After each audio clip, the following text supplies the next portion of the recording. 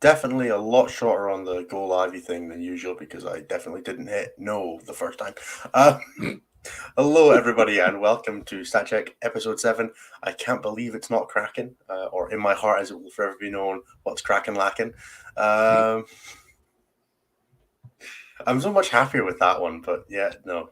What gives you the obvious joke of transhuman is what's Kraken's lacking or whatever? And wins, yeah. Wow. We all know what it's lacking, but what it's not lacking is alliteration. AP on those Kraken rhyme, not alliteration. So, hello everybody, welcome to the show. I am Ennis. I'm joined as always by Nathan and Turbo, also known as Anthony of being late. What do you mean Nathan was late? It wasn't even me. What? I'm gonna see if I can just lie and get away with it. I heard you trying to throw me under the bus, and I'm just like, wait a damn second. I'm an adult. I don't have to go under the bus for Anthony here. So, hello everybody, and welcome to our weekly chat shit show. It's like a chat show, but we chat shit. We're here to talk extensively about 40k, the stats, the meta, and all the other stuff that is going on, that whatever caught our interest, basically, because we are like shiny magpies of 40k. We see something interesting and we just glint them down and steal it. We're probably going to just mostly talk about what we didn't do this week, because I don't think Anthony recovered from WTC until yesterday. Emotionally, I'm still not over it. And dude, tell me about it. And Nathan definitely had to do a show without us, which he couldn't even do on the right day. So leave me alone. I did my best. Not wrong. I did my best. So thank you everybody for being with us. This is the show that goes live every Wednesday at 11 p.m. UK and various other times across the world that I'm not going to go into just now because I don't care. If you're listening to us on YouTube or wherever you are, thank you very much. If you would like to catch the live shows, we are live at youtube.com/c/statcheck, or is it StatCheck 40k? I really should learn this. I think it's just StatCheck. Just StatCheck, I'm pretty sure. It's way funnier if you change it every week. Like if you're no, it definitely would not be funnier for me and my terrible capacity to memorize things. How you guys doing? How's your week's been? We want to start with me? Sure. Anybody really, just fill the silence. No, we want to watch you awkwardly stare into the camera as we're silent for 15 minutes, not saying anything about anything. Was you one of my job interviews? No. Yeah. Weekend was fine. I spent most of it painting models, assembling models. I decided to start painting some of my Harlequin stuff because I don't know, reasons. Despite that faction being super dead, it's just kind of fun occasionally to paint little diamonds on things. Other than that, not a lot of 40k stuff. I was studying ion physics all weekend for a test I had to take this week for my work. Don't worry, Anthony. I'm not going to teach you about ion physics. You're okay. Listen, bro, after the third worksheet I got handed at WTC, I was lost. So we have to start real remedial. Don't worry. We're gonna mostly talk about probability, and like you did all the linear algebra stuff correctly. So that's like 90% of what we're going to add numbers, buddy. You can add, divide, and subtract numbers, so we'll be okay. It's mostly conceptual. Most of math is just various iterations of that. So I mean, today when I was sitting down with the tech expert who gave me my test, he's like, "Oh, but there are imaginary numbers here." He's like, "So you have to subtract out the imaginary complex numbers. Come on, complex. No, imaginary. Square root of -1 is an imaginary number. It's not a real number. It's a complex number. It is a complex. It's a complex number to help describe how a Fourier transformation needs to be eased so that you can detect a single peak on a mass spectrometer. It's a number that has real and complex parts. Yeah, it's got real and complex parts. They're all real parts, kind of, but that's okay. We don't need to talk about math. We're not going to make me the terms here. Or even Anthony do, because I don't think Anthony wants to worry about unitless measures of molecules. That the only unitless that Anthony wants is his opponent's army list. True. Other than that, I don't know. I didn't do a whole heck of a lot this weekend. We stayed in and just mostly did stuff. I started playing Cult of the Lamb, which is like a fun roguelike game with cool art. If people like roguelikes, where you're leading a cult in service of a dark, evil Kind of do. undergod. You should tell me about this later. Yeah. Anthony, have you looked at 40k since you came back, other than like the coaching obligations? Oh, you got me on. Oh, I got apparently Anthony on apparently freezing in the camera. showing Chris's chat about UNS being both a real and complex. No, that's showing Broke Chris's Anthony's internet. massively catfish profile picture. Oh man, we totally lost Turbo today. I guess yeah, we'll just. I guess I'll do mine while we wait for Turbo to come back. I'm gonna like just. Oh no, he's probably back. We got Turbo back. He's definitely waved at least 3 finger guns at us. Nope. I'm just gonna go. Anthony can talk later. I played an RTD this weekend run by Saltar Games, which are the Team Scotland sponsor in Dundee in Scotland. I played my Jormungandr list, which is really, really not good. I do not recommend it. I'm taking it to GG this weekend. I wish I'd played it at least once first. No, we're not getting too excited. I'm going to mute you until you figure your stuff out. Oh no, he's resisted the muting power, so I can't do it. I'm fully confused now. Yeah, Innocent 11 Crusade players had an RTT, as Tim said. Yeah, it was great. Jormungandr, not a good high fleet. I don't recommend playing it. It's somehow worse than Kraken. I won anyway, though, because it's me. So, that was nice. And we'll see what I can do at the GT next weekend, which is Brewhammer.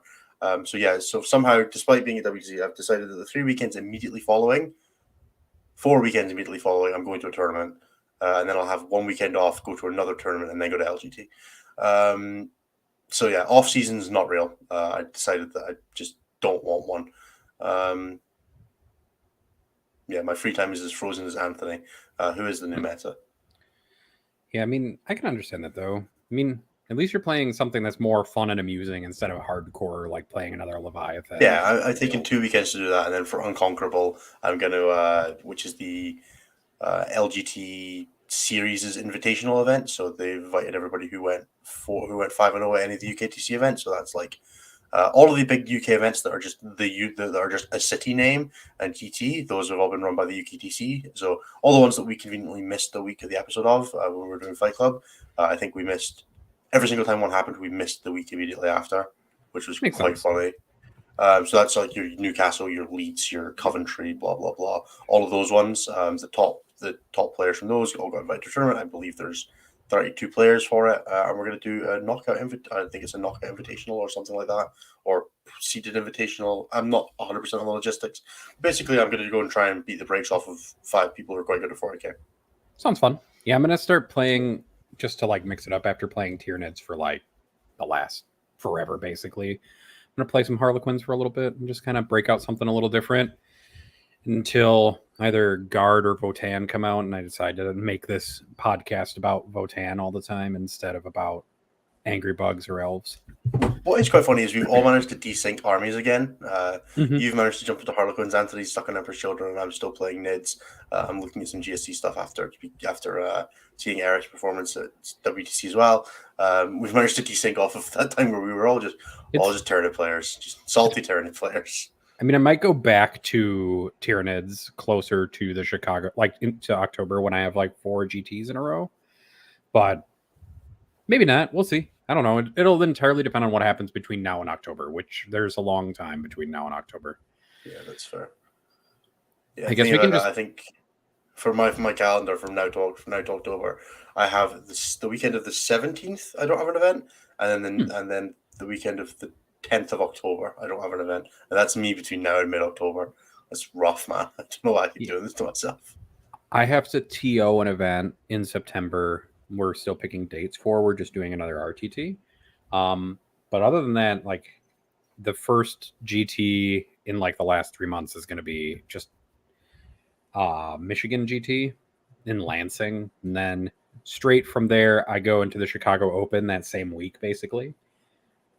Like after getting back that same week is the Chicago Open, and then straight from the Chicago Open into Dragonfall like a couple weeks later, and then from that it'll be Renegade Open in like November or something like Imagine that. giving yourself a couple of weeks between tournaments. Like, what is this? This is I ridiculous. know it takes a lot longer to get to places here, and it's That doesn't sound right. Just go to all the events that are like within 3 hours of you.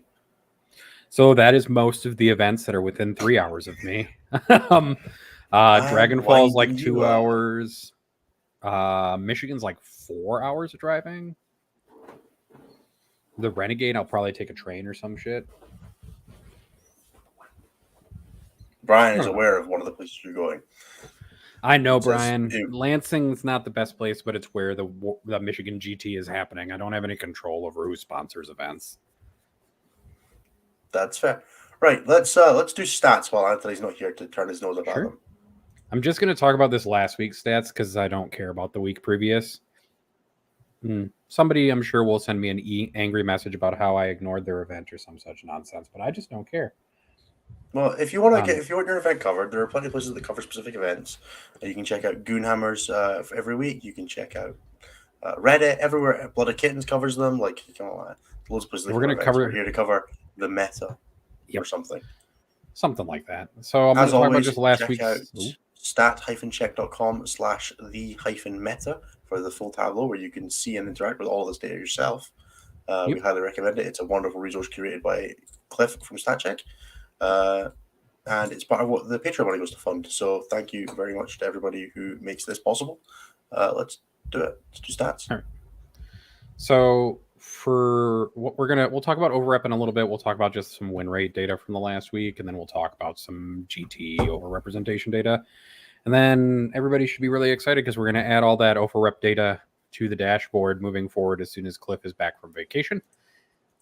Everybody should take a vacation sometimes, including Cliff. So for this last week, for faction performance, we're starting to narrow in still a little bit. Harlequins had the highest win rate of the weekend at 60.8%. Sisters were right behind them at 58.1%. Tyranids were right behind them at 57%. Necrons at 56%. And then Orcs and Drukari were also in the 56 range. Inside of the balance range, so 55 to 45 was basically everybody else. Outside the balance range was Death Guard at 41.7, Gene Stealer Colt at 41.2, Grey Knights at 39.6, Thousand Suns at 38.6, and then some umbrella factions that basically nobody plays. Thousands are doing real well. Yeah. So where were Death Guard at on that one? Death Guard are at 41.7% with 23 players this weekend and 115 games played. I think we managed to hit the nail on the head for exactly one of those two factions when Necrons and Death Guard got their big buffs. That it's not going to help. Death Guard just clearly hasn't helped. Yeah. I don't know how you can keep adding more rules to that army, but you can keep adding rules. Astra Militarum are still only at like a 45% win rate, despite getting 2 buffs across 2 data slates and like 5 new rules. Yeah, it turns out when all you have is good secondaries and 1 million bonus rolls, it doesn't help if you have no data sheets. Yeah, that new FAQ where they said that you could score the order one, where you need all of your officers to be in range of all of your troops, can be scored even if they're off the table. So it's just whoever is on the table and within range can score points. Which makes it a lot easier to score that secondary. What'd you say? We're into stats. You don't get to talk about your week. No one cares. Okay, that's real and true. So that's fair.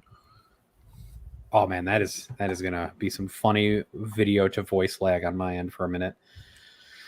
But I know what everybody really cares about because win rate is a silly statistics when we're only talking about maybe 100 to 200 games at most for even the most represented factions.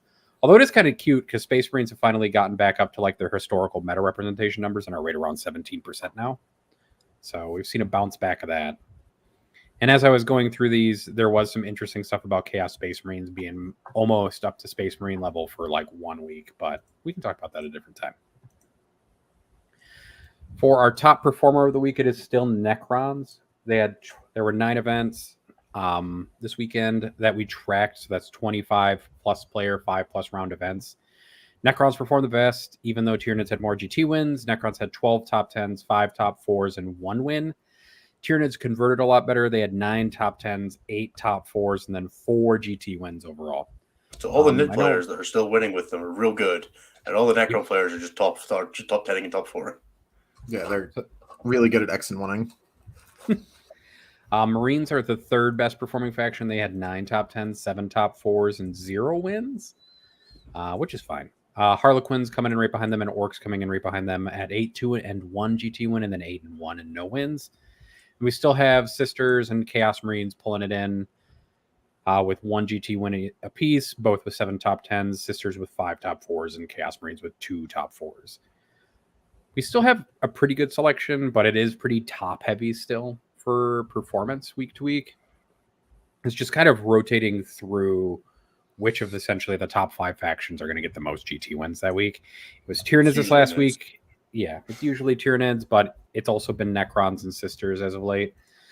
When we look at overrepresentation, Necrons have a 7.7 representation overall, and then because they've made up 14% roughly, they're at about 1.8 overrep. So that means they're about 1.8 times, almost 2 times more represented in top 4s than they should be based on their representation in the meta. Tyranids, though, are almost at 3. They're at 2.96. They had 7.5% of the meta and 22.2% of top 4s, which means they're getting real close to being real Harlequin level threat. Wasn't Harlequin like 5.7? No. It was like it almost was like it was almost 4 or was 5. It was almost 4 or 5 for 1 week. Marines are actually just at about balance. They're at 1.16. They managed to get 19.4% of top 4s and got at a 16.7% meta representation. Harlequins are still doing pretty good. Part of it helps that their meta representation goes down. When you start to do well at events, it does weird things to overrep. You're also you got to remember that the number jumps on these are pretty incremental.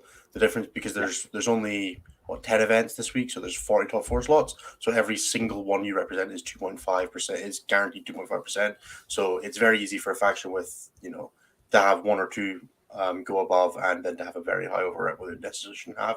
This is definitely something that you want to have looking at long-term trends rather than individual weeks. It's just interesting on individual week basis. Yeah. Harlequins are at about a 2. They're at 1.98. Sisters are still doing really well at 2.39. And then Imperial Knights are still doing really well at 1.85. Despite their win rate, they're still placing relatively well. It's all on Curie, baby. Yeah, it is all on Curie who did well. Orcs are at about a 0.5, so they're not doing very well. There's a bunch of factions at 0, including Custodes, Thousand Sons, Tau, and Guard.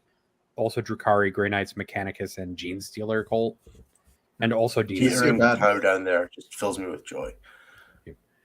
But we do have Craft Rolled Eldar at 0.58, and then Chaos Knights at the best number, 0.69. Death Guard are also there at 0.73, and then Space Marines are at 0.8. So it's interesting to see. I mean, you still have some factions. And as a quick word more about how overrep can get inflated by low population, and especially when GT top 4 placements, in low numbers of events, have such a high effect on those numbers. If you're looking at 30 player GTs, the top 10 is the top third of the event. It doesn't necessarily say a lot. It's definitely something to keep an eye on. If we go back to a weekend where there were only 6 events of GT size or greater, the Imperial Soup faction managed a single GT win, which came from a single top 10 and a single top 4, and ended up with a 0.4% meta representation. But because of their 1 GT top 4, they had a 10.4 meta overrep ratio. Nerf Imperial Soup, buddy. So you need to, anytime you look at statistics, you need to take a moment and consider context. So when we do that, we'll include some of the overall meta representation data when we put this up on the dashboard, so that you all can add some context. Context is for cowards. Or, you could also go to that same week where Guard got 2 top 4 placements with a 1.3 and had a 6.4 overrep ratio. That's right. Yeah, and that's why they're the best faction and deserve nerfed. Yeah, definitely. Context is fake. I'm undefeated against Dennis. These are both separately true statements. Does including a free blade attachment make it Imperial Soup? Yes. Including any detachment that is not your main faction makes you a souped faction for the purposes of the statistics. So if you include demons with your Chaos Space Marines, you become a souped faction. It's like my old Mono Drukari list that Nathan loved so much. You know what I need to get Cliff to add to this is a filter that lets you just take GT results out straight away and only leave major plus. Look, Nathan's still tilted about that. Oh, you mean your pure Darkari list? Yeah, it was pure Drukari. It was mono Drukari, bro. I took Herd the Prey in every game. There was definitely had access to all of the Drukari rules. Yeah. There were definitely weeks where I was like, after I complained about people doing that kind of stuff, where I'm positive some people watched one of the shows, including Anthony, and then purposefully did it to taunt me through the ether. Like there are my faction for my GT this weekend to like Ordo Prefectus. Fine, do it. You'll be the just only. Just so that it makes me and Curie mad that we have to look at your list. Yeah, it should be like something that's common, but not that common. Like you should make it like Iron Hands. See if I can make it just Titanicus, the overactist faction. Yeah. One of the things too is just like a lot of people enter their factions because BCP lets you enter sub factions in as your main faction. That's just also annoying. You shouldn't do that. Please don't do that. Just changed his to have that. I'm about to start playing Emperor's Children a lot in BCP. I'm putting Highfleet Jormungandr as mine because I want the flex of it saying Highfleet Jormungandr if I win. It's not like it's that hard to fix that problem. It's just funny because it makes sorting sometimes really weird. Yeah. It's very important that whatever you do in life, you make sure that it annoys Nathan and you get in his DMs. Yeah, you can send me DMs. Yeah, you can also get on the comments. Is a much better place. Nathan's DMs is actually what we call the comment section. Oh God, that's the worst. We shouldn't do that.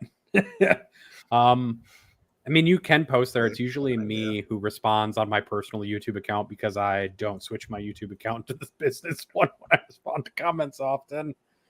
So, I definitely remember to look a few times. I have not the last 2 weeks because of WTC fatigue. But this week I will try and make sure I get on to respond. It's hooked. We'll do all the pluggy stuff a bit later. But it's hooked up to my phone so I can't escape it. I get buzzed every time that we get me too. Subscription or an real email annoying. Or but I also am just like validation. I can't turn this off. But yeah, if you rush for the day, if you're in our Discord. You can definitely send me a message or tag me in some such nonsense if you really want to. Most of the time I respond to shit. I don't care. Just tag Nathan in everything you ever post in Beans and Bears. Please don't do that. I will mute. Whoever tags Nathan the most in Beans and Bears for the next month, I will send a prize.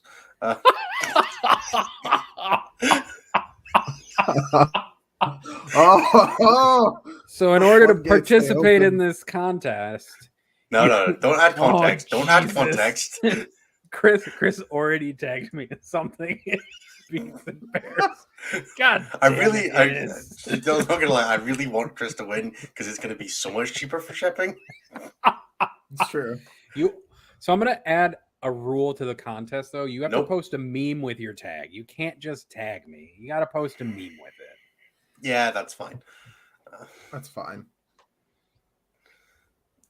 I don't like it, but it's fine.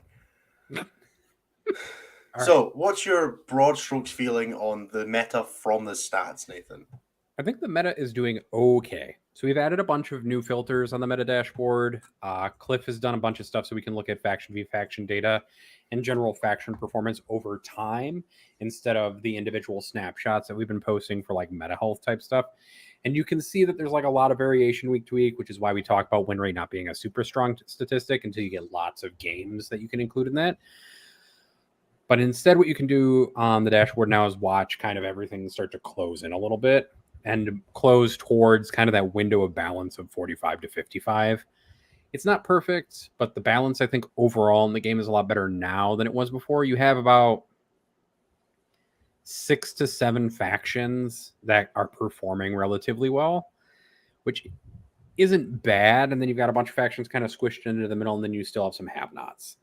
But generally, right now, it feels like the field's a little bit more open, at least when you look at the statistics, although there are a couple factions who are kind of absorbing a lot of performance. And that's still kind of your Necrons, your Tyranids, your Sisters of Battle, who are absorbing a lot of the performance overall. But other factions are still winning GTs and still placing relatively well. Chaos Marines, who people said were not good when they came in, are doing relatively well broadly. That's Harlequins, so funny. despite being buried 6 feet to 9 feet in the dirt, are still doing just fine. Tau, even though they did really poorly this last week, have done broadly well still, despite multiple nerfs to them. They're still winning GTs. We're not that far separated from them being the top performing faction for a week when they won like 3 GTs in 1 week. So We're there's not, Photom Horror players that rolled off them and onto Sisters will be coming home soon. yeah. So Hey, there's one in chat. and wouldn't be surprised if Demons came out kind of the woodwork with the book going up for pre-order this weekend. They're still going to happen. Like the meta rep will There's going go to be so up. many people who think they can still run Keepers of Secrets. That's fair. There's Got going to be a bunch lot of of sad, dead Lords of Change the day that book comes out. Look, this thing's really hard to kill. They deploy it, and then no. Yeah. Things aren't hard to kill when you get into melee with them and they only have 6 up and vulnerable saves. They're not that hard to kill at ranged with just a 3-up. Their invulnerable saves are not what they used to be. They're not. No. If you don't have a feel no pain and a damage reduction and a trans hitman and a no rerolls, you ain't shit no more. Or just like a really nice wound count, like 3, where it doesn't matter if people hit you with damage 8 weapons, you lose a dude. The failed save on the Desecrator laser cannon, dude. It was the worstest. Yeah. Ash asked if we can play round 5 at LGT. I would be happy to lose to you at LGT again, Ash. I would love to. Because I get to play you instead of an asshole. Oh, no, sorry. It's the same thing. Oh. Round So, 5 Anthony- is late in an event. Oh, sorry, Turbo. Got to get your name right. I'm sorry. Oh. I don't want to misname you, Turbo. Anthony also works. Turbo is mostly that the Aussies called me that. I can actually set that back now because neither of you are Australian. So Excellent. At the sure. Why don't you tell us about your weekend while we transition to talking about not... I'm going to do the Yes. plugs after he does that as well, because I Mhm. feel like I should make sure Curie makes money. Cool. Yeah, that seems real. Make sure we can continue paying him. My weekend was pretty good. It was mostly like relaxing, recovering, trying to get my shit back together, doing coaching stuff. Played some practice games, did some stuff. Got another rep with Emperor's Children into the 8 light Star Weaver list. That list is annoying as all get out, even with Armor of Contempt. Stuff is just like actually everywhere. None of the individual components of it matter. You don't feel like you're making any progress when you kill units. You like take down a boat and the stuff inside, and they're like, cool, I have 6 more. And you're like, nice, dude. Sick. There was a turn where the individually of each other, the Troop Master came out, zapped 5 possessed, left. The Solitaire did it the next turn, zapped 5 possessed, left. I was like, I'm running out of stuff. But then there was it kind of worked out in the end game that it was fine because I kept his primary low enough, but it definitely got a little touch and go. The Rift Ghoul dude just one shot Lucius. Lucius was just stepped out for a second, just died, and I was like, that's not supposed to happen. Yeah, snipers are so annoying right now because I just feel like I have no respect for them. But the only ones that see any player just insanely cracked now. Dude, I mean, you take the Death Jester to shoot units, not characters. That guy's there to kill squads, not individuals. But Well, it means he's definitely really good at help- killing individuals too. Yeah, kills the Definitely shit helps out of him individuals. That guy every time. That guy on his own tilts the Sisters matchup. It's actually insane. That guy shooting for 5 turns is yep, that's 5 things dead. Bye. They nerfed the wrong side to be honest. Yeah. Yeah. I'm glad they nerfed Dark. They should have just nerfed light harder. I'm not super True. thrilled they nerfed Dark. Harlequin melee isn't good, and investing in it feels bad, and getting double punished for Good. it is extra sucks. Harlequins are a pistol army. You're there to shoot pistols out of boats at 12 inches, the 6 to 12 inches of range. 6-inch range melee army. Yeah, that's actually what it feels like.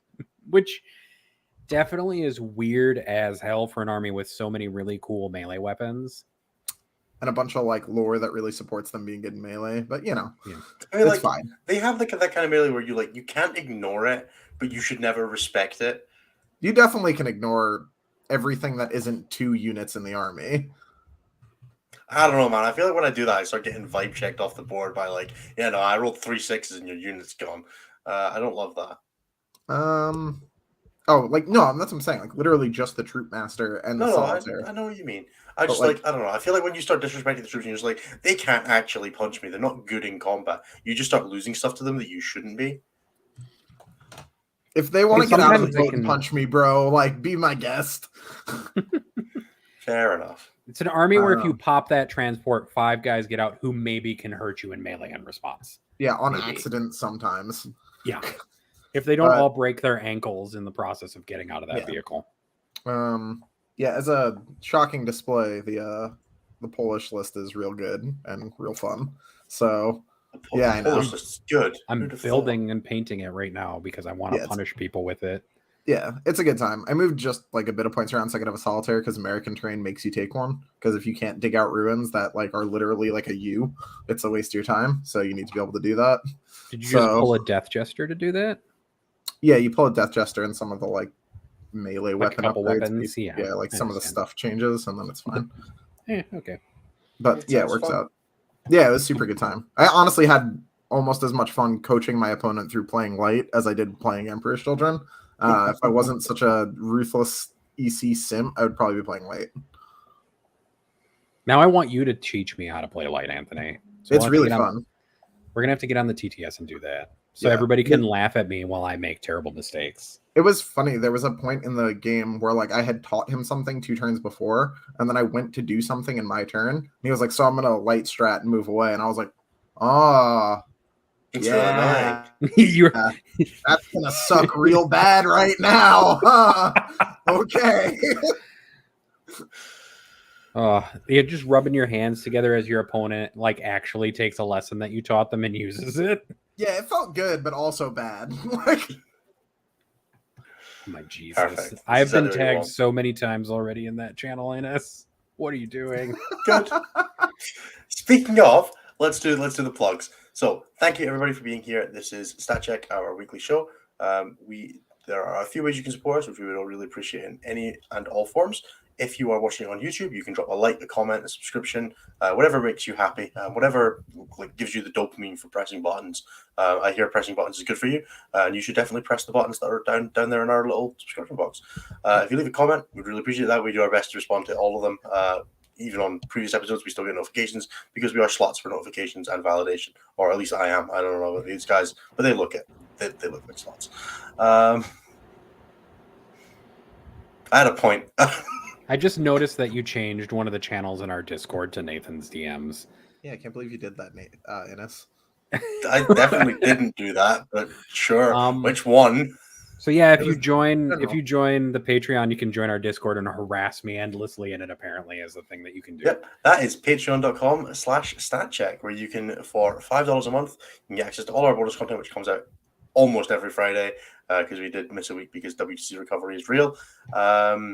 You can get the bonus content, and it also gives you access to the Patreon Discord where you can ask us questions.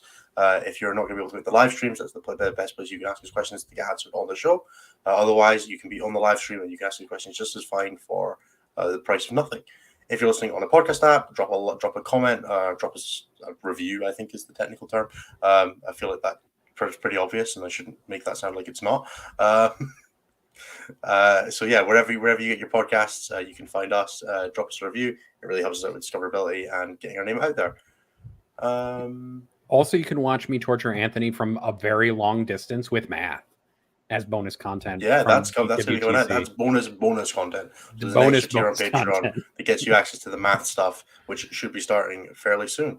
And I'm just excited to not have to be part of that. It'll be starting with school after Labor Day. Yeah, it's going to be suffering. And for everybody else on the planet who doesn't know when that is. Oh, September 5th. So it'll be starting after September 5th. Thank you. No, I'm going to make you all go to the internet and learn dates and holidays when from the American United States. Labor Yeah, Day we learn is. Yep. when If American you join, Labor Day if you join at the appropriate tier on Patreon, you can guide where we'll go after teaching Anthony math. Yeah, I do get to learn by suffering different things. Right? Cool. Thank Sweet. you, everybody, for being with us on this incredibly interesting journey. You can check us out on Stat. Also, you can check out the website, which is stat-check.com, where you can find all of the wonderful stuff that Cliff and Curie run, such as the podcast, the ELO and Curie ranking score, our faction stat, and also an event that Curie's running. You should definitely check that out as well. Yeah, that'll do. Let's just move on to talking about the game, I guess. I guess we should talk about. Should we talk about demons since that's coming out, or do we want to talk? No, about we don't know enough. We don't know enough about demons yet to make anything concrete. I was going to say we should just talk about the nonsense hyping that's going on the internet, but that's we can do that. I'm more than down to talk about that. I just wanted to talk about how people are using like 4 different playtest document phases as like a means to determine the power level of an army. Everything simultaneously can and cannot advance and charge in demons. That's true. There have been so many different versions of those leaks and rumors posted on various different forums and stuff like that, that at this point I'm starting to confuse them together. Honestly, at this point, I've seen so many bad leaks that just seeing a greater than sign triggers me. Like every time someone tries to rank the gods, I want to slam my head through a plate glass window. But Anthony, can I just confirm that the order is indeed Slanesh, Khorne, Tzeentch, Nurgle, but only for greaters, and it's reversed for lessers, and for medians it's inverted twice, back to front and upside down. You got it, dude. Banging. Nailed it. So that's it. We've covered demons. What else do we want to cover this week? Fuck. I don't know about you, Ennis, but I'm having a really hard time like readjusting back to singles. Readjusting, I don't know. I mean, like my brain is still like at every move or every time I go to do something, I'm like 20-0. Yeah. Oh no! And I make this a 20-0. Yeah, no, I definitely was at the RTT this weekend, like choke holding my opponent's scores down. Like, you will not score points. Dude, I was playing that practice game and I was like dialed in, and I had to be like, relax, calm down. Like, because the last game that I'd played before that was the German Nids Mirror, where I was like focused on the killing. Yeah, it's definitely an adjustment phase. That's kind of why I'm playing the German guard list I am at the moment, because I just can't take it seriously because it's so terrible. I'm like, I have a Moloch. I'm going to see what I can make these exogrinds do. So it's just kind of, just trying to make that disconnect for myself so I can get back into a little bit of a singles mentality by playing some random garbage. And then I've got a few events coming up, obviously London being the big one. Try real hard next one. We're going to have to try real hard to win a 1,000-player tournament. Is GSC. Maybe is GSC. The clout is infinite, though, if you do it. The clout is real tempting, but the call of Nassiming it and going 4-1 is right there. I think you'd be fine. I do have a question then derived from WTC to singles. Is what are you taking from WTC? Either list ideas or from talking with other players at WTC, and then bringing into singles from that experience with you. If I chokehold my opponent scoring singles, I'll do a lot better if I lose a game and my opponents have scored less. Tiebreakers, probably tiebreakers, baby. You got to make sure they score 26. So Innis wants to step on your neck and then wait for you to die, essentially, at the bottom. Yeah, don't wait. It's weird because like we have, as like the American going over, it's exposure to a lot more metas than just like being close to the continent. Like he'll have a decent amount of international players at LGT, right? It's a lot more likely than for us to pick up international players for one of our given majors. Like the Iceland are going to be there. I think some of the Spanish are coming over. Some of the Americans are coming over. I think there's like 18 American players signed up. So it's going to be a big world meta kind of thing. Like it's probably going to be less so than LVO at its peak, but it will definitely be a lot of players from like the Netherlands and stuff like that will be coming over. So yeah, I expect to see a lot of things. I've just got the Polish list just plastered on my wall, actually. Just They're studying super- them. Yeah, they're good. It helps that I'm homies with their captain now, so I talk to him a bunch. It's really interesting. Like, it's hard for me to separate, like, oh, that was good when I played against it, from like, oh, that's good broadly all the time, and this is applicable on terrain over here. Like, it's really hard to figure out to what extent that's true. Like, even like having spoken to Liam after we played, right? He was like, "Oh, I would not play this list in like an American terrain singles." Like, one And of you the kind of scarabs. start asking, well, why though? Well, that one was easy, right? Because he was Yeah, like, that specific one, yes. yeah, yeah, because he was like, I can't hide all the scarabs, and only one of them has an invuln, and that means the other one is cooked. So, like, that is an example of like why that doesn't translate. But like, certain things do translate just fine, right? Like the Harlequin list that I was talking about a minute ago, perfectly fine in singles. The better version of my Levy list, perfectly fine in singles. There are some amount of things that like the WTC meta obviously doesn't account for, like CSM. And demons. Demons eventually, but we got a little bit still. They're on They'll be pre-order now, right? So they'll be yeah, on they'll be GT's live next for the next big event that I go to, but like, it's stuff like that you kind of have to account for. Like, there was nothing at WTC that 1,000 points fall out of deep strike like right on your forehead, right? Which is a real threat that demons might have. So like, there are certain things that you need to do to be ready for that don't necessarily translate well. But it's hard for me to like differentiate that as I'm like going through the reacclimation process, because there are things that I'm like terrified of that I don't necessarily need to be scared of, right? Like, I got rocked by that Necron list. In the singles, it's probably fine, but like, that table, that pairing, that terrain, that mission, etc., real bad. Like, is there ways around that? Sure, but it's hard to like separate the one-time experience from like this is broadly what happens. So that's been an interesting ride back Yeah, through I things. think that's fair. I think broadly people overblow just how much the ninth edition, especially like 8th and 9th edition teams lists, aren't that different from singles lists. It more tends to be just the WC terrain that creates the imbalance there. You definitely see some degree of like the skew list where you would probably tweak it for singles play, but like if you're playing on WTC terrain for your singles or you're playing on UKTC terrain as well, I think something like Liam Hackett's Necros list is completely viable in singles play. And I think people on the people UKTC vastly train, overlook that. Yeah. What does the UKTC terrain really look like for people who aren't familiar with that terrain? It's really unique. Yeah, imagine a lot of L's, but only some of them are obscuring. So there's basically you're looking at like one 9 inch by 9 inch L, which is full 5, which is like 3-story height. Thing is huge. It's like a Nova L on crack, and then two smaller, like I want to say like 8.5 by 5, but they're only 4 inches tall and they're not obscuring. So there's 4 of those on each board. But they're windowless. They are windowless, but if you are taller than them, or if something can see over it, you can absolutely be seen behind them. So they're very good at hiding some things and very bad at hiding other things. Like a radar is really hard to hide on UKC terrain, whereas something like the Swarm Lord is a lot easier. Or even just a Venom, Tyrant, for example. Yeah, Venom. Yeah, a Hive Tyrant doesn't fit behind one, but the Swarm Lord does.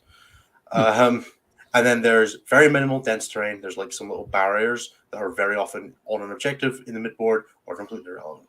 And then there's these two, again, 9 by 5-ish shaped L's that have a little lip around the outside, and then they have windows. So they're usually placed in the midboard or in your deployments on your home objective, and they're very easy to push aggressively to walk onto and see through them.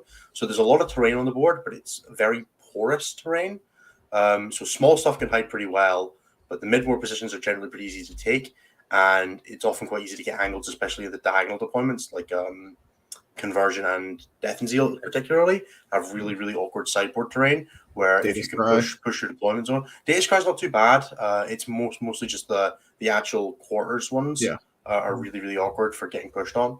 And then the Dawn of War deployments just kind of don't work because the big L isn't fully in your deployments on those ones. You end up with like half of it. So you end up losing a lot of deployments on real estate. Yeah, we'll also see what 2-inch. We're using 2-inch engagement range as well, which I'm not looking forward to figuring out because I've not had to play with that yet. Yeah, it's definitely soft suffering, but certain things is fine. So You can set up really, some real fucked up move blocks with it. so there's some UKTC is very infantry and like small to medium monster sized kind of pushed. Yeah, I wouldn't even say that. Like the things that wins on UKTC, Speed. I wouldn't say it's broadly that different. It's mostly just like whatever. It's been Tyranids winning most of them for the last however long, and Tyranids are running a bunch of stuff that can hide on, and a bunch of stuff that can't. Like you can't hide a harpy on them. Like it's not a thing. Not that was really a thing on WTC boards either. Like you could hide it on angles, and that was about it. Obviously, very different to the GW Open terrain where you just can't hide one. But Right. yeah, I don't know. It's very odd terrain. Like you definitely have to experience it. But I don't think Played it's a bunch of games on it. I broadly like it. You can see stuff. Yeah, you can hide stuff. Like you can definitely hide an army. It's just you can't always hide an army and have it be useful next turn, Okay. which I think is good. Like I think that Not as good of increases staging interest. from terrain on UKTC boards. Yeah, it really, really depends on the mission. It also just on that. depends a lot on how quick you are. Like if you're fast, the UKTC boards are like because the forward, like if you're in a corners deployment, not the L most in your corner, the next L forward is in a position where if you're quick, you can threaten a lot of the board from that thing. So Yeah, you can definitely, if you can stage up into it with I don't know, like an advanced deploy or a turn 1 movement and just get in there, you can threaten so much of the board, so many objectives from there. And the They angle were always is really good rough. boards for Hiveguard. yeah, Because Hiveguard could always have an advanced deploy position. Like they could like start just behind something, turn 1, move into it, take the -1 to hit, and then be in an amazing position for the rest of the game. That was always a very, very real option. Or if you didn't need that, you could just sit in the back corner. But you could always threaten your opponent with it, and I won loads of games with the Crusher list through just doing that. Yep. Yeah, Tau love the boards, I think, generally because there's a lot of ways you can Fast. like walk, like being able those central ruins where you can like walk onto it and then zip back off it. That are really, really good for. That makes sense. Also, if you're an army that benefits from light cover, there's just a bunch around. There's like there's actually a lot less than you would think because a lot of the ruins you end up having to stand on the other side of to shoot through them because they're almost always defensively pointed. Oh, I meant like on defense, not on offense. Oh right, yeah. Yeah, but then you're just like if you're in the ruin, you're probably not getting shot anyway. But a lot of them can't hold the ruin and be on an objective. Great. I don't know. I don't really find that the cover comes up all that much on WTC. What's really UKTC terrain. your two preferred terrain sets then? Because you guys have played on UKTC and WTC and GW, and then also the player placed or player optimized terrain. Well, not the last two, obviously, because the moment I got past GW terrain, there was a lot of head shaking. So which I've not played on GW terrain. I played 2 games on GW terrain. I did not much care for it. I just can't hide anything. You can hide everything that isn't a plane or a knight. Exactly. You can hide more of it. I've been running harpies for like a year. Okay, well, stop, and then you'll be fine. I don't want to. I mean, I do. I clearly want to. Yeah, you already did. It's just, it feels really, really, really, really fast infantry weighted. Like fast infantry or like fast infantry fast fly is just so fucking stupid on those GW boards because they hide so much stuff. With the 2-inch engagement range because you can never be safe in the ruins now. Like to 2-inch engage off those walls means you have like yay space to use. So you have to like actually be careful. Fight on death. The speed play fight on death stuff, and it doesn't matter. Sure, you could do that, yeah, but like there's one thing that does that. One thing with a 68% win rate. That's true. They do have a very high % win rate over their tiny amount of games. Still counts. Broken, busted, dark. But then of those 3, then which is your favorite? WTC every day. I really do like WTC terrain, but I do feel like it really depends on the board. Some of those boards are like they look dense, but they ain't. Like the angle just is fucking jokes. Like it's like, oh, there's 9 runes on the board, and they're all just like at awful angles. Doesn't do anything at all. It's like, oh, I could hide this guy. Maybe. No, you can't. Fuck you. Like Tao's gonna just zip around the corner and end your life. So like there are, and I don't know the 72 board system well enough to be like, oh, this is the good one. But like for the most part, I like a lot of what they're doing with that. I just definitely think there's probably a few too many to have it be reasonable for There's singles. a really good singles map that you could like pick one of the boards, tune it a little bit for singles, and just say we're playing the like table 6 modified, right? Right. And you would probably have the best board out there. It's just that it kind of exists, like with the guys that make the terrain, Will and Johnny have a map set which does that kind of thing, but it's not broadly used.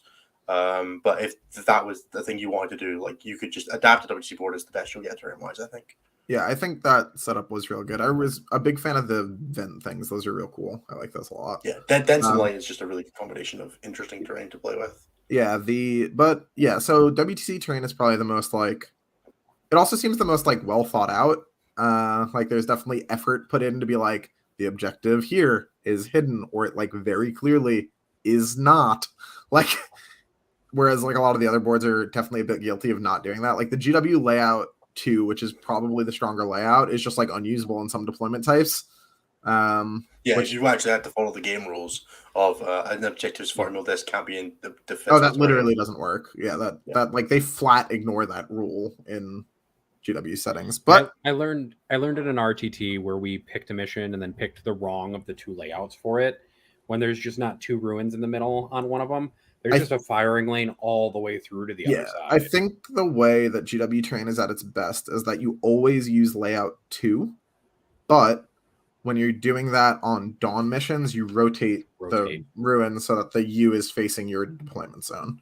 Because otherwise, I think that other layout is kind of just trolling. Like you just get shot crossing the center. Like it's true. The one with the two small pieces on the edges, like wings, to move the woods to somewhere that matters. Yeah, but beggars can't choose, so I give up on that one. I know. It just seems like such an obvious fix. Like, why is the only density on these boards literally dry humping the board edge? Yeah. Well, it makes stuff like Venom Thrips way stronger because you don't have to worry about dents most of the time. And when you do with them, it's like, oh, that's annoying. I do wish there was like maybe those big L's were like a little bit shorter. Like, no, if anything, I wish they were taller. It's annoying. No, not height, but like their length because they're pretty long, big pieces. The squares. Oh, the ones in the middle. No, not the ones that are in your deployment zone. So rather than being like 12 I wish they by were 12, the size they were like a little bit 12 different, by 8 or something like that. Yeah. So that you could fit maybe another piece in there somewhere, or like at least have a reason to include some dents in the center. Otherwise, it's real hard to put dents in the middle of those tables if you tried to do it. I have a picture of it somewhere, but Mythicos for a while was using a layout that they like basically made. And it was great. It was like these 2 L's in the middle, and then like where they're like the in-between spot of the L's, there was forests. And like that gave you like, you could shoot up this angle between the L's, but you're shooting through dents, and it like worked really well. But I'd have to go dig up an ancient picture, and maybe I'll post it in the Discord at some point. But like, yeah, it was like broadly the setup was super good, but it just obviously tiny game store is not going to see mass adoption in the tournament scene. And we ended up with what we ended up with. Really, it's like probably like WTC, then like GW, then like UKTC as far as I'm concerned. And then like 500 million steps down is whatever the garbage that they throw on the table and then try to sell you their frontline uses. Some of their newer terrain layouts look okay. Like the terrain. Maybe not. You're rolling a D20 to see which one you get, so who cares? You're not wrong. Yeah, it's only like, you're only as strong as your weakest table. The by far the most frustrating thing at the frontline events I've been to lately, and like this includes like the last LVO I was at and all the way through to ACO where I recently did well, like playing the top tables being the terrain that they're trying to sell, when the terrain that they're currently trying to sell is the pre-painted Cathedral set, which is a god-awful set for playing Warhammer and a great set to look at visually, is fucking awful as a competitor. Like, that is true suffering, that you get to the final rounds, which are ostensibly your most difficult, and the terrain is just not usable. Like, it just doesn't matter, like, what happened. Like, you have to use it in such asinine ways. Like, you literally have to take the premier piece of the terrain and use it backwards. because the front end of it is not usable as like a normal ruin. It is extremely frustrating, and I really hope they change that, or maybe their new set is like super baller or something, or I'll literally play no frontline events next year. Like, I'm going to LVO because all my friends are going, and that's it. Like, I don't want to go to that event as an event because their terrain is not helpful in this edition. And their refusal to update it is my single largest gripe with the company. Innes, did you hear that we're Anthony's friends? It's true. Yeah. Innes tried to drunk wrestle me, and I didn't even kill him on the cobblestones. He, of course, Oh no, there are no cobblestones here, so I'm not safe.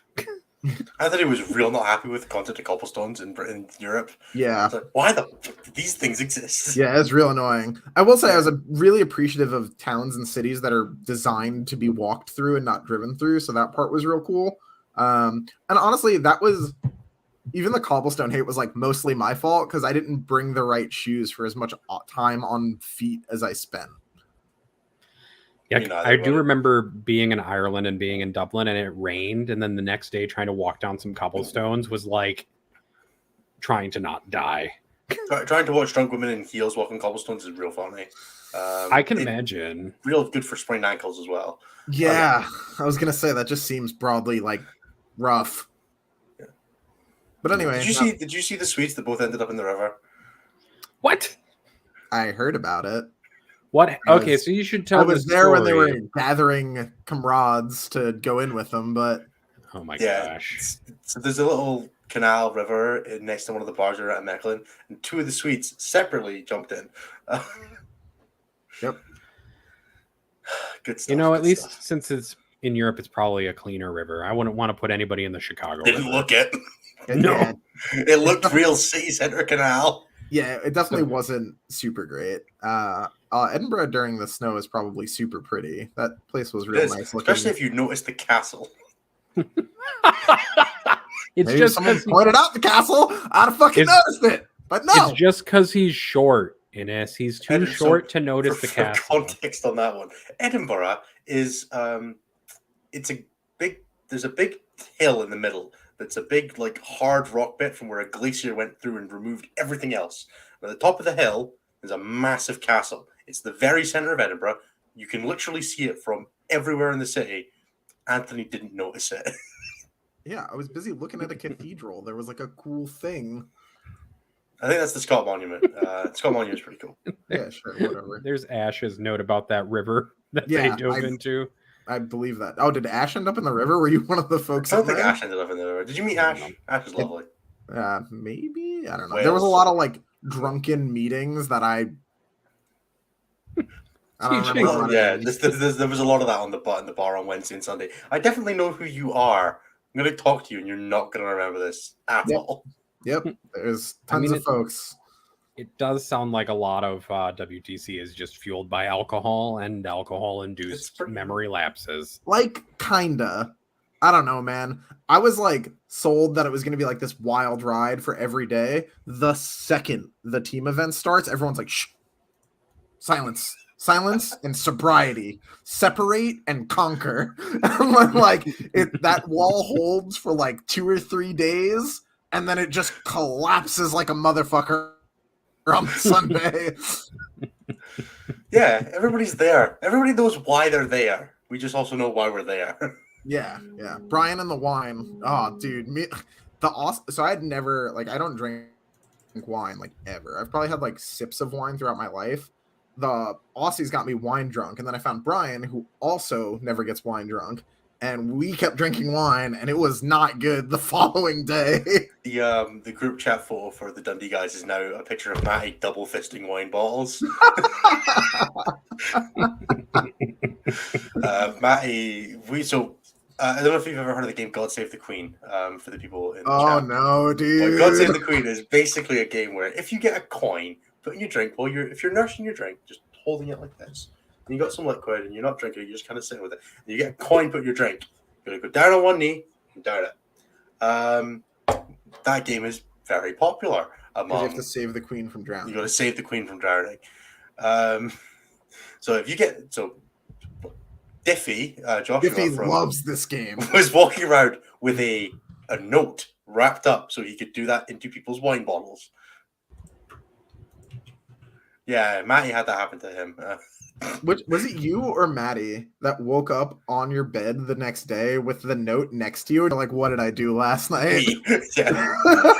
Yeah, I woke up with a scuffed knee and a $5 Australian note. And I was like, I need to confirm some things.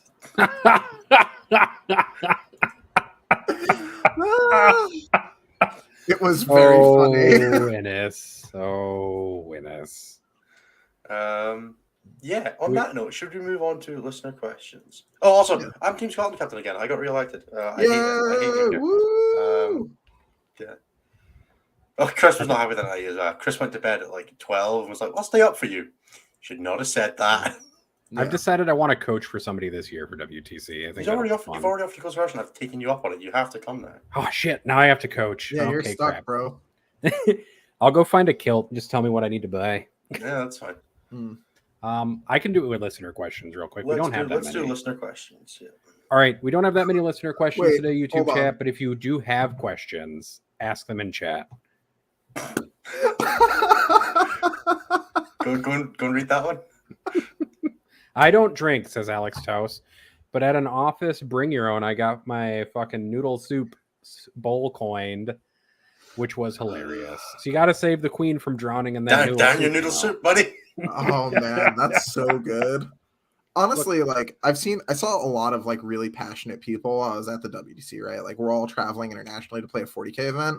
There is no person that was more passionate about any game than Diffie was about God Save the Queen.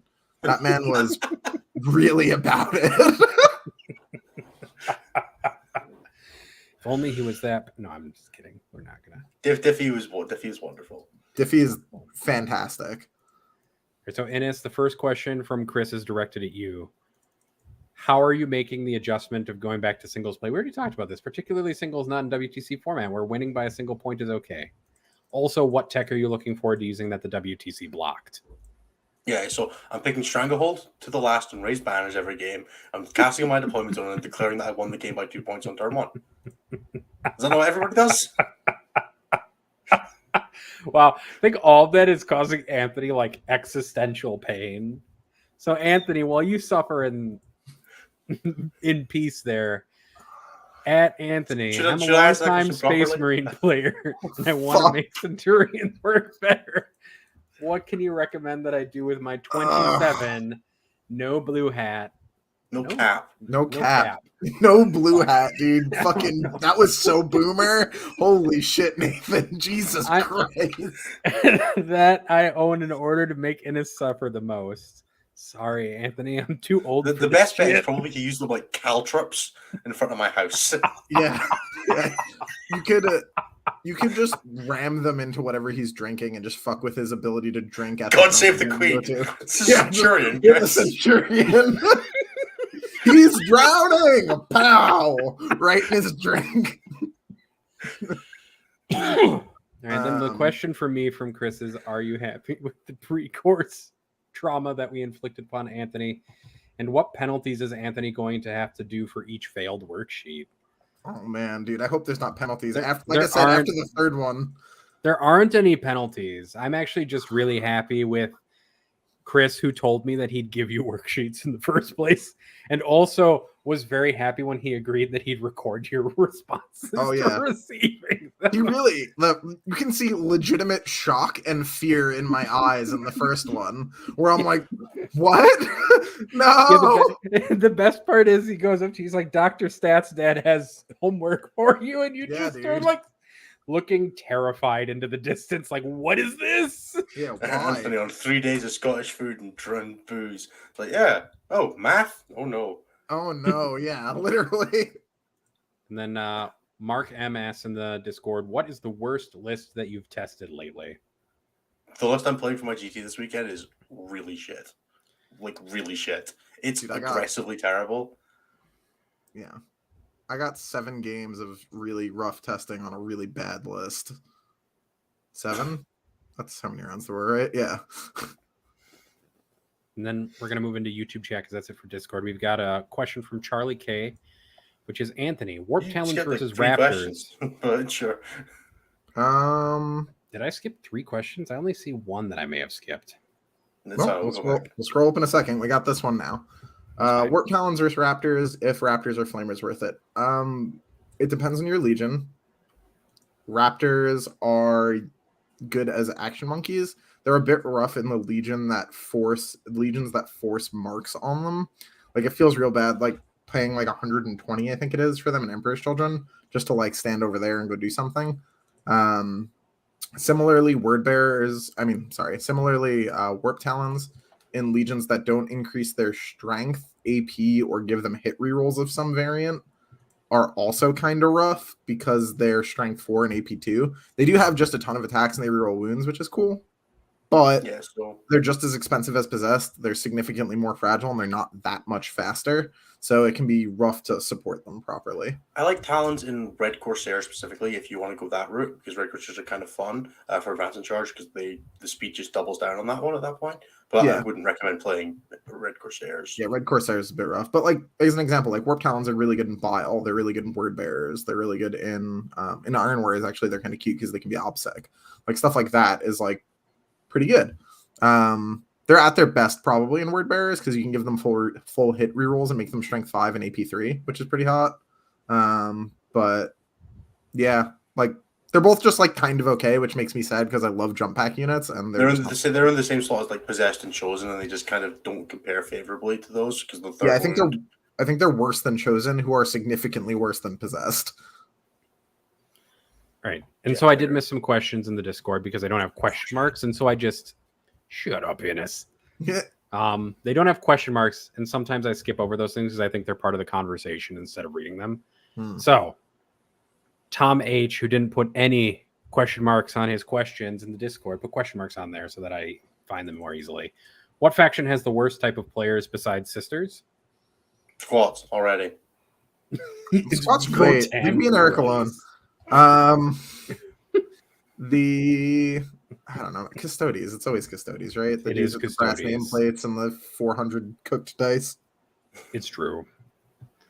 Sure. If you had to make a tier list of all of Anthony's armies, would any be tournament staples, or are they all flawed choices? I mean, one of them I wrote with Innes, so he can only flame me so much here. Well, of your armies. Oh, we wrote your demons list, right? So we were thinking of changing the demons list. The ACO list was both of us. Yeah, that's fair. I will say that we did briefly consider changing Anthony's faction in the CRS to meta. I think Anthony should be like whatever the meta was a month ago, or next month. Like those are the only two options he has. Like he's either late by a month or early by a month. Yeah, I'm really good at calling my shot, just the wrong direction sometimes. Like he invented Thick City or popularized Thick City, whatever you want to call it. Popularized Thick City is correct. Simon Gojkovic is the daddy of the Thick. And he definitely stayed under Kari a month longer than he should have. So yep. But I got Emperor's Children up a month early. Like, ain't no one done that yet. So, you know. Yeah, exactly. You take the good with the bad. Yeah. Dan F asks, favorite Chaos Demon rumor or ranking? Advance and charge on the Warpstone table, maybe. Yeah, that one was funny. I really hope it's still there. I really hope it's there. It's not, but I really hope it is. It's not. Yeah. Maybe it was a misprint, dude. Maybe it'll come back like Space Wolves Warlord traits. I was really hoping that like Skull Crushers or Blood Crushers would be viable. I would buy 36 absolutely if they were. If I could run 36 Blood Crushers, I'd run 36 Blood Crushers. They used to come in squads of 1 to 12. So can you deploy 36 Blood Crushers? I don't care. Okay. I don't. Innes is going to use that native deep strike and just put bunches of them in native. Deep back strike in back in 5th edition, this is a good story. I say good story. This is a funny rule that used to exist. Blood Crushers used to be 3 up armor, 5 up vulnerable save, 2 wounds, toughness 5, and Eternal Warrior, which meant you couldn't instant death them. So you had to always fail 2 saves to die. Whereas before, like something strength 10 would just instantly kill them if they didn't have that rule. So they were pretty resilient for what they were. And then Fate Weaver had a 6-inch aura of reroll saves. So Jesus. Fate Crusher was a pretty good list. I'm already out, dude. Anytime something lets you reroll saves, I'm pissed. That is such a stupid rule. Yeah, dude, it was an aura as well. But this was the time where every time Fate Weaver took a wound, you had to take a morale check, and if you failed it, he just dipped. So that I actually think is kind of funny.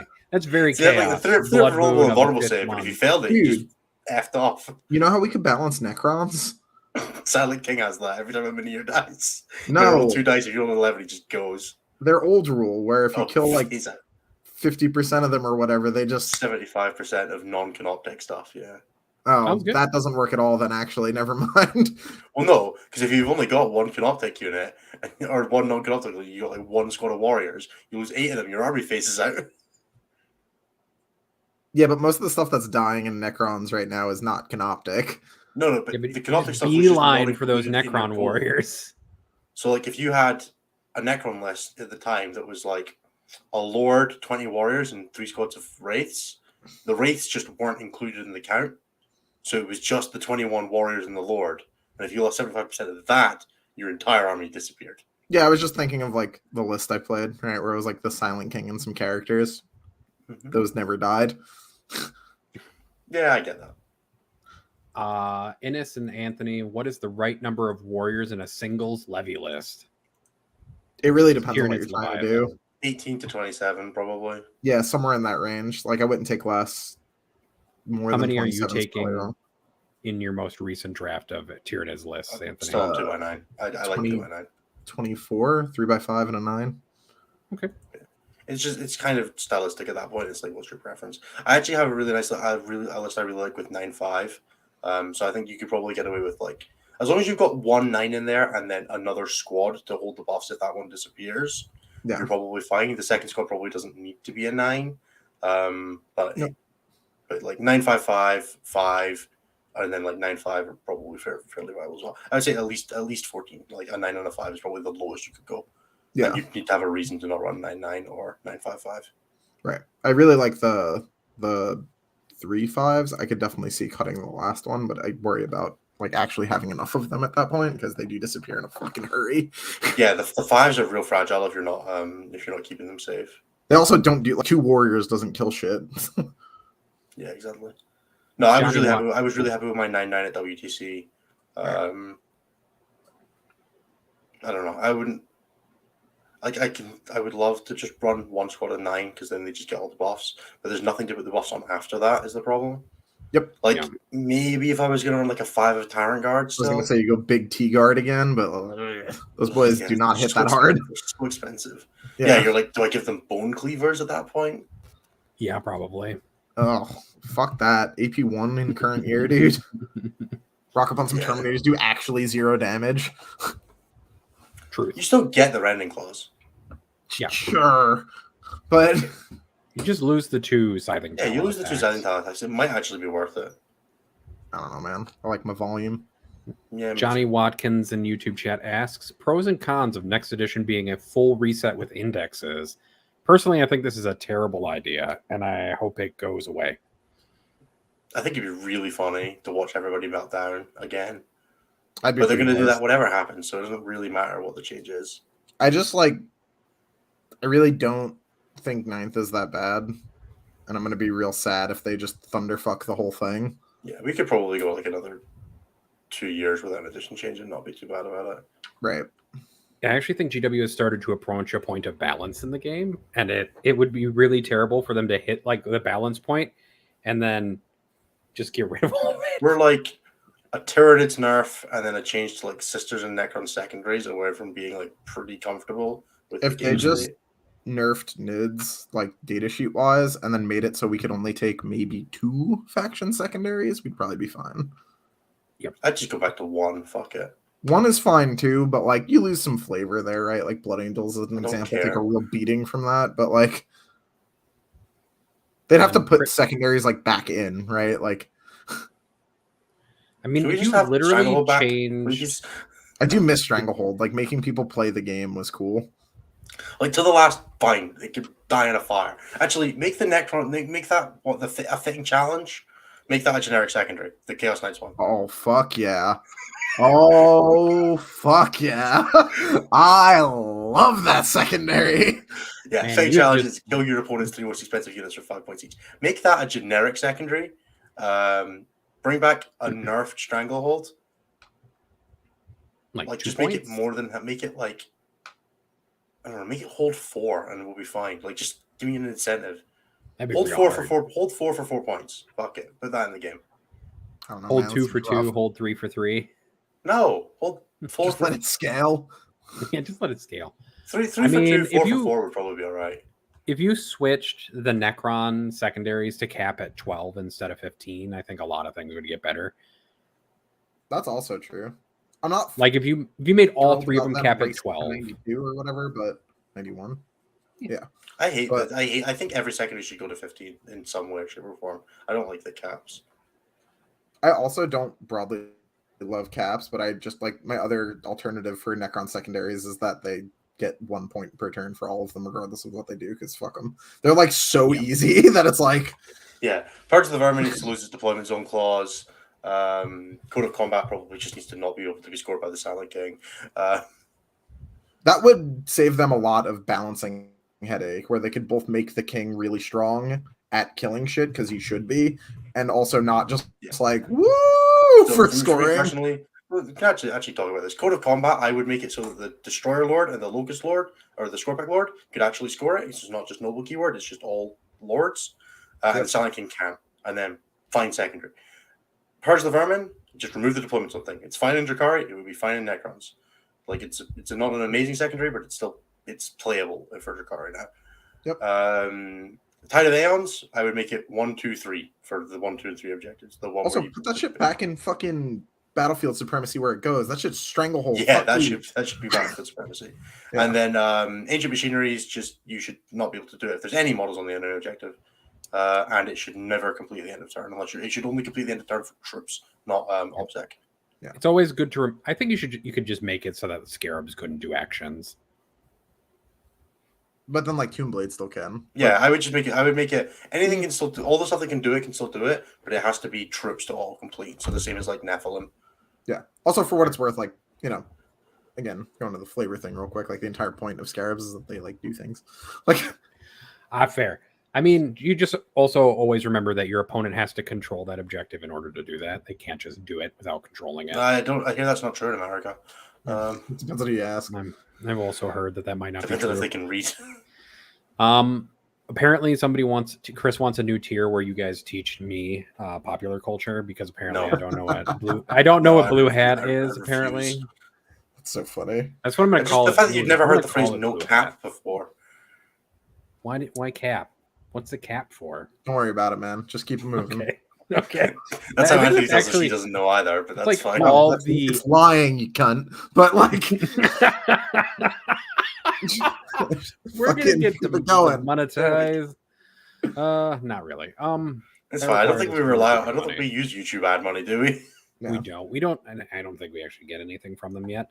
Yeah. I think that is it for questions, unless I missed some. Well, Alex was saying, Nathan, all four of the Necron secondaries are good though? Which isn't a question; it's just the truth. Oh wait, hold on. This feels like a thing that. Oh, there it is.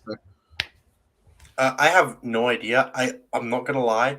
I have purchased the stuff to play this. I'm probably going to end up tweaking it a little bit for playstyle reasons and whatever. But I don't understand how it works yet. So For what? playstyle, you know how that doesn't exist. Yeah, I'm looking at it and I'm like, I want to change like 2 upgrades to be a different upgrade, because I just want it to be slightly different. That's it. And then Greg Clarkson has a question that I think the answer is just no to, is regardless of whether or they are not, should menhirs be redsable? And I think the answer is no. I think I would be more than happy to allow all of my Necron opponents to res as many menus as they want, because if they're playing fucking Shrekin or running Sheraz, and all of those sound like trolling. So I don't want them to do it just because it's stupid. I also agree that it's dumb. They can res him, but also I can heal Abaddon. Fair, cool. I mean, there are a bunch of people who say you can, can you just just put the stab black picture. Abaddon an infinite number of times. stab it on. Just stab Abaddon. Stab that guy. No, they should be 15, 20. Yeah. They should actually remove airburst fragmentation projectors from crisis suit units because they don't even come in the kit. That's true. Remember, kids, And Shadow Cyclics. is better than Trajan. Cyclic Ion No, Blasters definitely. also shouldn't be in that box. Also shouldn't be an equipable item for Crisis Suit units. 'cause they don't You're come telling in me that I'm kit. wrong now, Anthony? Yes. I'm just going to tell you guys, Crisis You guys Suit should didn't even also bring just be able Trajan. to take the weapons and weapon combinations of the things that are in their kit. We're having just two completely separate conversations right now. It's true. I just wanted to make fun of Tau players real quick.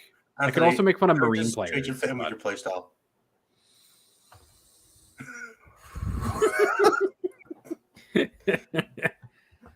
No, how Trajan is basically like the Imperial Abaddon. Yeah. True. What? But not as good. Anyway, yeah, playstyle is fake, but it's an easy shortcut for the way I want this to work. Yeah. So It's okay, Ennis. I know. I He's doing really enjoy my playstyle is fake rant, but it's also just such an easy way to communicate what I'm trying to say. Yeah. That it just, He's going to do the Place- thing where he changes Eric's list a little bit, and then it fails because of the things he changed. yeah. So to Yeah, speak. I'm gonna cut And one then he's demo like, charge "Oh so I man, can- it would have been great if I had just left it. I clearly would have gone 6-0 then." I'm gonna cut that. I'm gonna cut that one demo charge for the hand flamer on the sergeant, and I'm gonna be like, I'm gonna lose because of it. Absolutely. Yeah, that's mean- that's the difference maker. Also, by the way, just in case anyone's curious, this dice is how Ennis plays 40k. That's how I stand when I play 40. Yeah. I'll upload the picture later, but I took a picture of Ennis and I zoomed in on his hand. You could see the whole hand is white knuckled because he's pressing into the table, and then it only goes back to the red somewhere around his wrist. Mm-hmm. I'll put it in the I Discord was just later. going to say that playstyle is shorthand for I disagree with something this person is doing, but without disagreeing with them. So you don't have to say that you disagree or think they made some stupid decision. Instead, you can just make the change and be like, oh, it's a playstyle difference. No, playstyle is just a shortcut for a suboptimal way to play uncomfortable with. But It's Yeah, also I'm not fair. going to get comfortable with the thing in here that's clearly good in time. So instead, I will take something that makes me happy. yeah, fair. there are valid reasons to play different things to other people. Yeah, no. But playstyle's not a real one. I think on that note, on the note that playstyle is fake, just accept Playstyle what is you fake. are. Just get better. Or learn different ways of playing. Why don't Yeah. you just wind Sometimes us you out should in just this? play aggressively, even with a defensive list. Yep. Or vice versa, which I had to do a whole bunch of the WTC and felt super bad the whole time. What is this? Is this all back to that one Magic the Gathering article with who brings Who's Yeah, the it was beat the down, beatdown, it was the baby? beatdown, yeah. who brings the beatdown? It's not, which not as everybody good as should the go one by read. the guy from Pfizer that we found in Biffpod last week. The guy with the Pfizer Okay. community was like, you should definitely cheat sometimes. Yeah, remember, kids, if Okay. you're playing against somebody who's worse than you, it's okay to cheat because you deserve to win and they don't. Yeah. And That's they weren't going to top 8 anyway, so it's okay, and it's in fact, it's your moral imperative as a representative of the company, Pfizer.com, to cheat. yeah. Which Nathan can now agree to, as we've got another year before he sells out to Pharma, so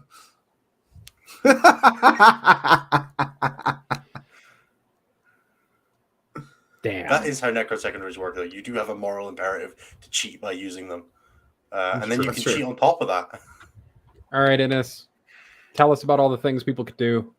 You can check us out at patreon.com/statcheck. If you want to get more of us, that's where you can find the bonus content. You can also find our Patreon Discord. You can support us on youtube.com/c/statcheck, where you can comment, subscribe, drop a comment in the end. It really helps us out. That's our favorite thing.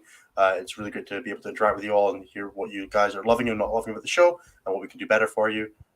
Next week, we'll be back with even more wonderful 40k content. I'm going to a GT. I think the Nova Open reveals are the weekend after next as well, so we'll be looking for that in a couple of weeks. Obviously, I'm going to the Unconquerable Invitational, which is, as we discussed earlier in the show, is going to be a really cool event. I'll try and ping the streaming for that up on the socials, so that'll be in Discord especially. Other than that, are you guys doing anything interesting in the next couple of weeks? Nope. I'm Going gonna to go play Zealand Total Saturday. War 3. Oh yeah, I am going to play. I'm the gonna go shit play out of Total Civil War in a 3 minute. right after this podcast. I'm going to go and basically. probably download Call of the Lamb and see how that is, because I've been playing Into the Oh. Breach on my phone, which has been pretty good. So It's amazing. Go play. Also, Call of the Lamb. Hearthstone Battlegrounds is going pay to win, so I'm ditching that game. I'm just going to leave it now, sadly. Well, yeah, because it's good. really I was do- looking for an excuse to stop playing Blizzard games anyway, so Yeah, that's true. True. We will be back next week at the times. That is 11 p.m. UK. 5 p.m. Central Standard Time. 6 p.m. Eastern. sometime in Australia and the East Coast or the West Coast that aren't real and we don't care about. Thank you everybody for joining us. This has been Stat Check. We are very thankful to everybody. We are now almost 2 months into doing this, and we are thoroughly enjoying it. We're doing a lot less prep now, which is nice. But yeah, thank you to Cliff and Curie for continuing to run the website and all of the back end stuff. We really appreciate all you guys do, and we really appreciate all you being with us. Thank you, and we'll see you next week. Bye-bye. Please don't.